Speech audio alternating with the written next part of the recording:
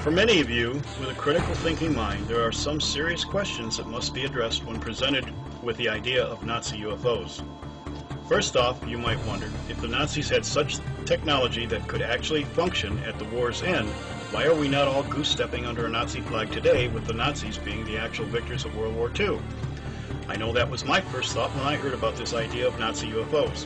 Fortunately, I allowed myself to continue to dig further to understand some things about the technology and physics behind such a craft. As mentioned in the Mercury and anti-gravity video, the craft is actually bending space and time around it. In this sense, at such speeds, the craft is creating a magnetic field separate from the rest of the cosmos. Two things are happening that produce a serious problem in making this any kind of an assault weapon. One, you are not going to be able to send a projectile from one field into another because of the difference of the whole space-time continuum phenomena produced by anti-gravity travel.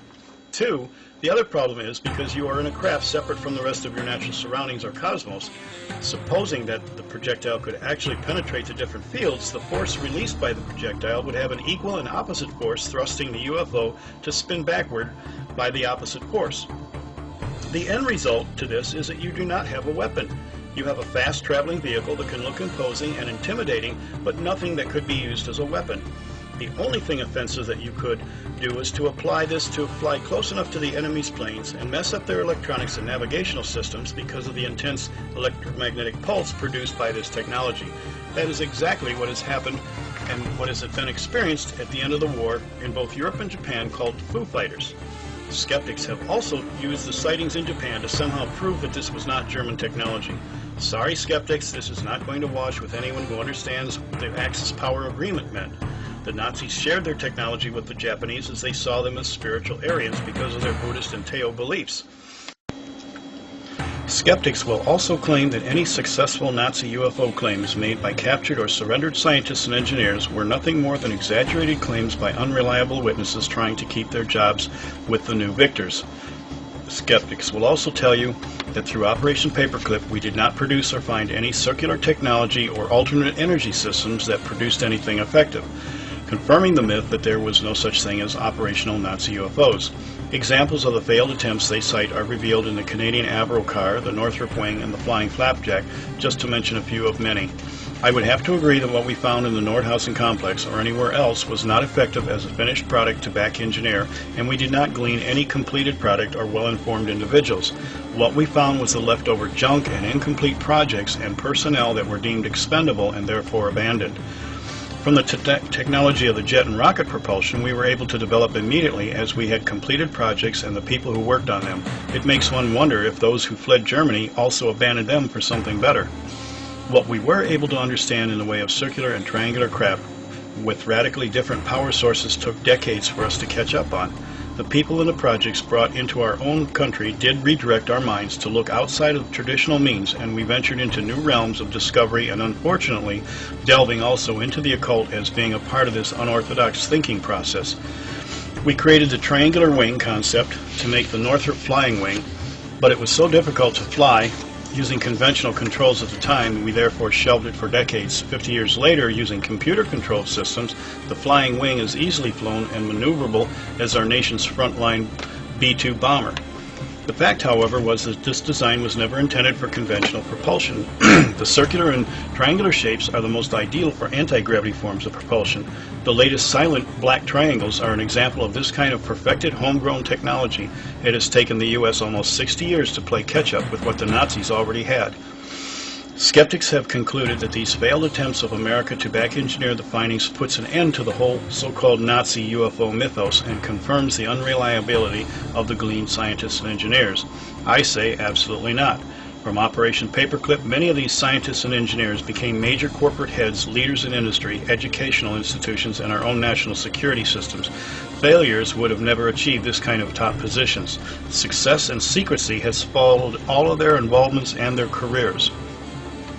They also ignore the most compelling evidence that Nazi UFOs are real and part of a deception by not linking the most obvious connection. The early history of flap sightings and contacts with aliens right after the end of World War II just cries out deception. There is a direct connection to a continued use of this new technology in the only way they could utilize it back then, pretend to be aliens and convey your belief system as the new age of enlightenment to your enemy. Serious investigation of these early encounters tell of tall, blonde-haired, blue-eyed, Germanic-speaking aliens called Nordics that flew an aircraft exactly like the captured German blueprints, and they proclaimed their Nazi ideology as a New Age religion to those they encountered. This was not delusions by unbalanced people, but actual encounters by ordinary people from all walks of life. Their leaders, however, have more interesting connections, as we will see in another episode. To conclude our logical insight, we need to quickly see a few other details about UFOs, sightings, and technology. Why do so many witnesses see the same object at the same time but describe different colors or changing colors? Definitions of the word plasma. It can mean a fluid suspension of solid particles, such as a blood plasma, or it can refer to the fourth state or ionized gas phase of matter, which is the other type of plasma. Lance Corporal Jonathan Wagan of the Disclosure Project describes the fluid he saw all over the ground at a crash site in Peru as a dense, viscous, silvery fluid that, when you looked at it, would change color from green to purple. This is another clue, because in order to make duplicolor paint, which is the kind that changes color depending on how you look at it, they grind up shiny metal into tiny flakes and then mix it in with the paint. Iron will actually float in mercury, because the density of mercury is higher than that of iron. This makes it possible to suspend trillions of tiny ferromagnetic iron particles inside the mercury, creating a ferrofluid plasma. In most early sightings, and sometimes even later sightings, tell of a wobbling effect when hovering that seems like a fake toy suspended on a string. At the early development of this kind of technology, part of the construction was a series of gyroscopic controls that went circularly all the way around the saucer in a series, and in the early development it was hard to keep these all synchronized and running to keep the object in its weightless state motionless. It would waver and balance. They eventually, with the use of computer technology and such, were able to synchronize these better, and so we don't see that in the later sightings. But that does explain why this wobbling, almost like a toy effect, is in the early developmental stage. It starts and stops and changes in direction, not slam occupants within the ship, or such acceleration does not crush them. Remember, these are anti-gravity vehicles. They are creating their own gravity field separate from the rest of the cosmos. They would no more feel the effect of the outside areas than we feel ourselves on Earth as we are rotating around the sun on its axis. Inside the ship, these movements do not affect them. After 6 decades of UFO observations, Stan Deyo, in his book Cosmic Conspiracy, reveals something to consider.